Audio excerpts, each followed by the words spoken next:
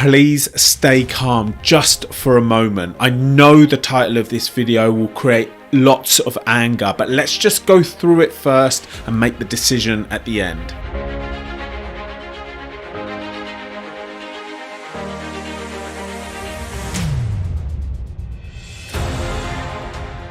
Okay, so I have heard many times about child sex dolls becoming a really big business in certain parts of the world.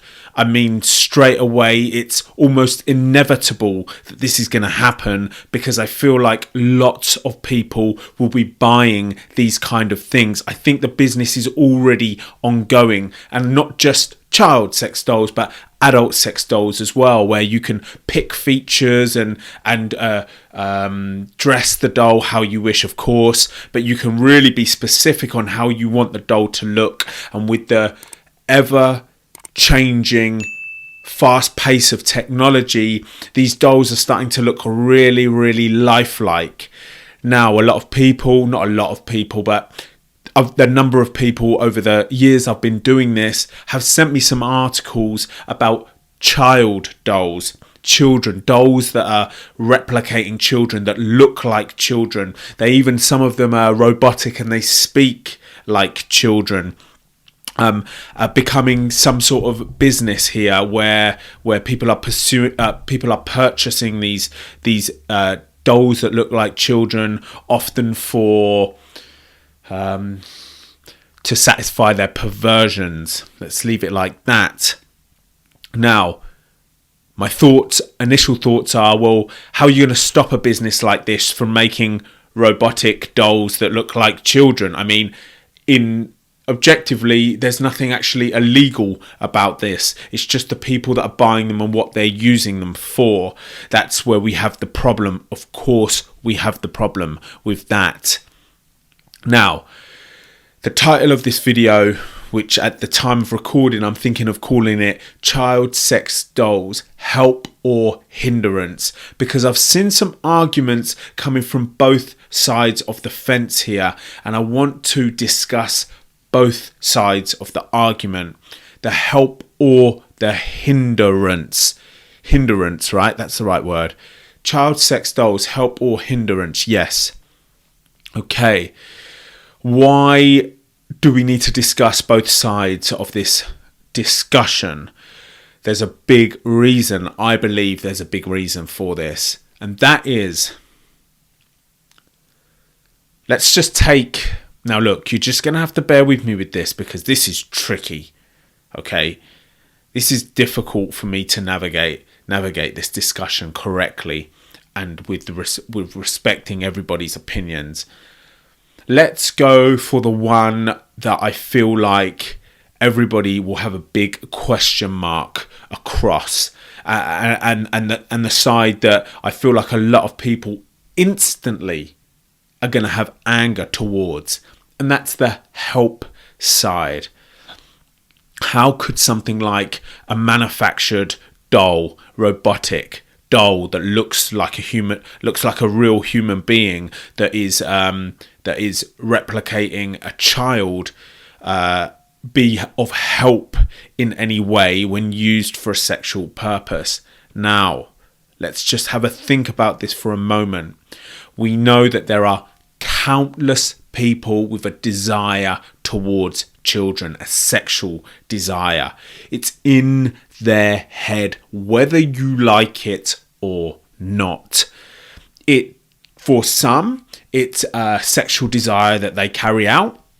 They carry out freely on the many opportunities that they have.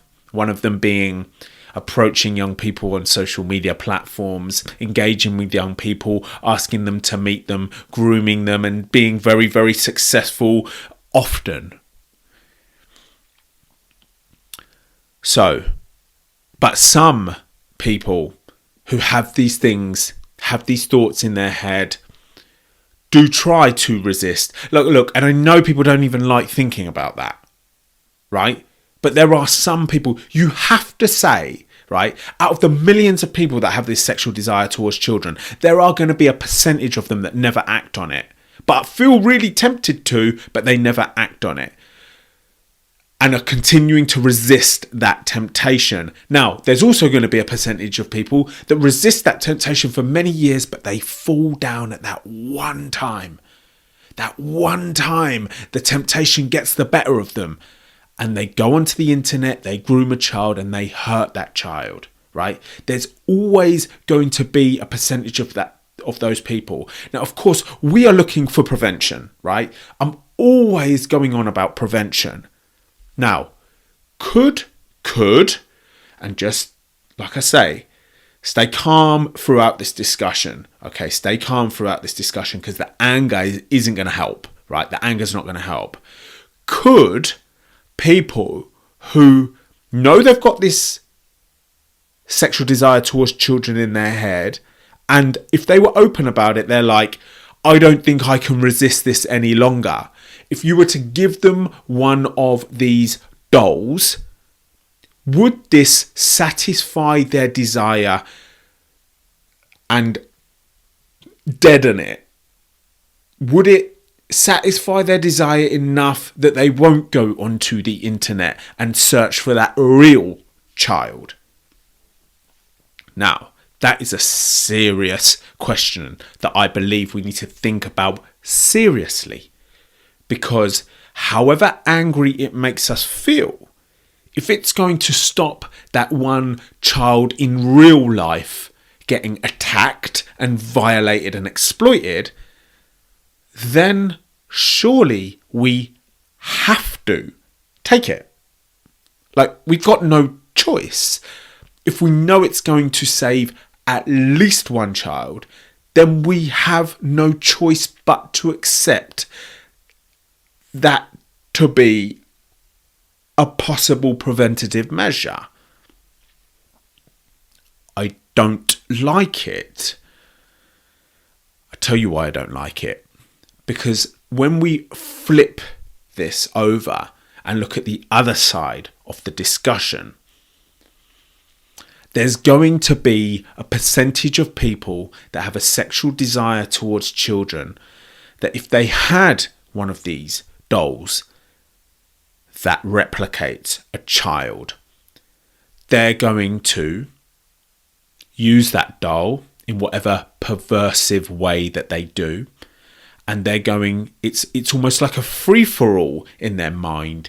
And I feel like for a percentage of these people, it's going to stimulate their desire, continually stimulate their desire until the doll is not enough and they want the real thing. That would be my concern. How would we even come to a conclusion?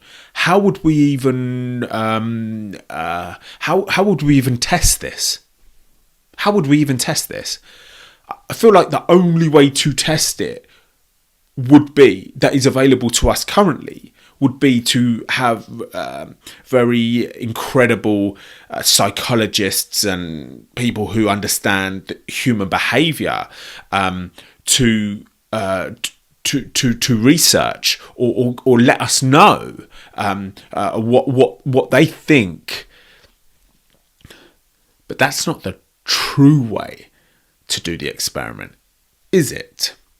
The true way to do the experiment is to get people who have a sexual desire towards children, who have never committed the crime, so they're not offenders. Well, we could branch this out a little bit more and say even we could include offenders that have served their sentence, and we could ask them, we could give them the doll and monitor them and see what they're saying.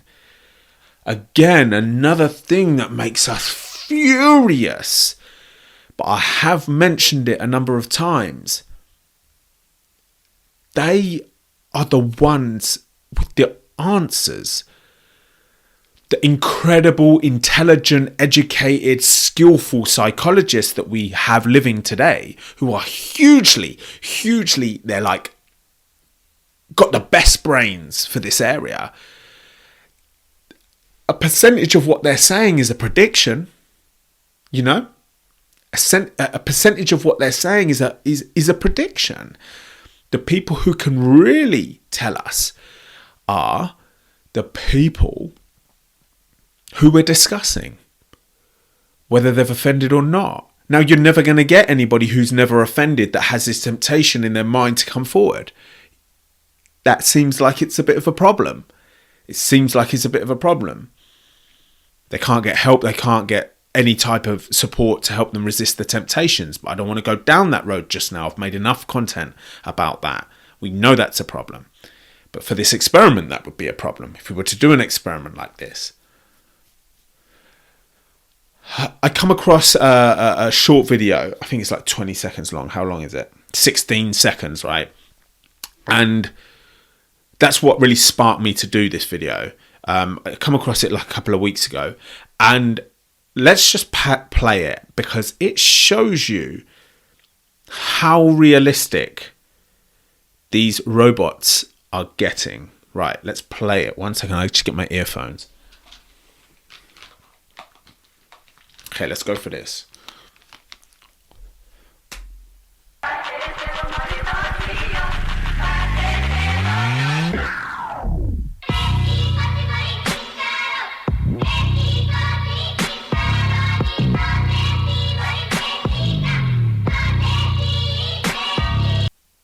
Oh my God. You can't believe how realistic that is. You actually cannot believe how realistic that is. It's so realistic, it's scary. It's so realistic, I feel like I shouldn't even be calling it a robot, because it's not actually, that word is not giving a true reflection on the visual accuracy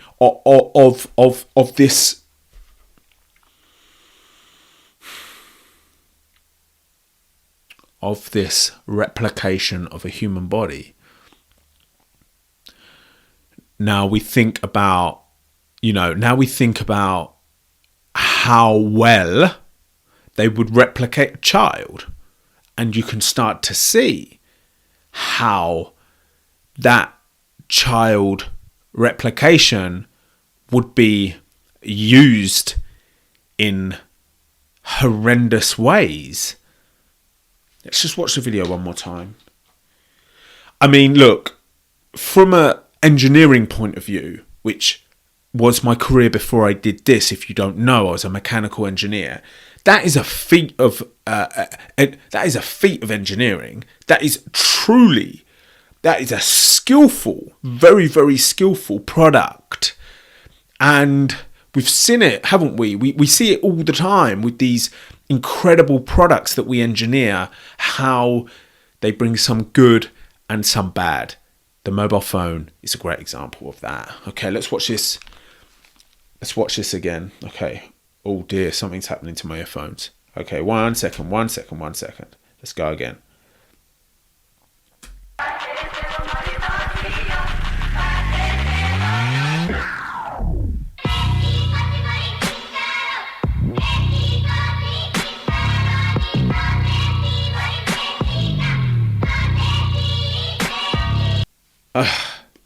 It's absolutely mind-blowing.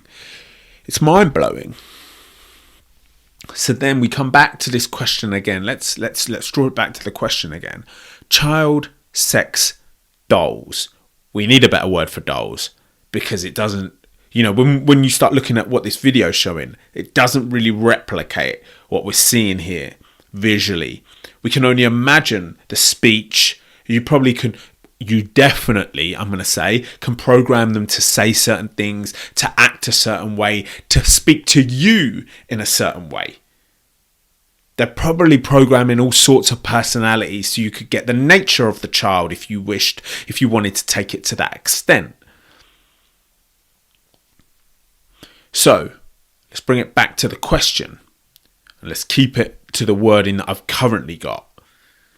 Child sex dolls. Help or hindrance, or both? Is it the help because it's going to allow people to get that temptation and desire out of them by using the doll? Or is it going to be a hindrance because people are going to repeatedly use the doll for more extreme things until they want the real thing? Which one is it? Or is it both? Because we've got so many people living on this planet with these thoughts in their head, with these temptations, with this sexual desire towards children. Could we say it's both? Because you're going to get some people who it could possibly help, and you're going to get some people who it could possibly hinder. I feel like an interesting thing to think about is the person that abused me when I was a child. If I knew that a doll like this would have satisfied his desires enough to leave me alone, would I want the doll to be publicly available? Would I want it to be an okay business? Of course my answer is going to be yes. Of course my answer is going to be yes to that. You know what? I think it's both, help or hindrance. I think it's both. I think maybe we need to accept, well, not we, because I don't want to tell you what you should be feeling about this. I'm in no position to tell you what you should be feeling about this. No way. But for me, I feel like the conclusion of this is it's both. It could be a help or a hindrance. It really could be. Could we see people being given these dolls, the people who have been assessed? Let's say the offenders that have served their prison sentence and they've been assessed, and the person who's assessing them, the professional that's assessing them, thinks that this could prevent them from reoffending. Then we prescribe the doll to them. This is crazy. What kind of world are we living in? What kind of world are we living in? Okay. Let me know how you feel about this. Let me know what you think, help or hindrance. Let's see how the people that are watching this feel about this. What emotions has this brought up in you? I'd be really interested to know.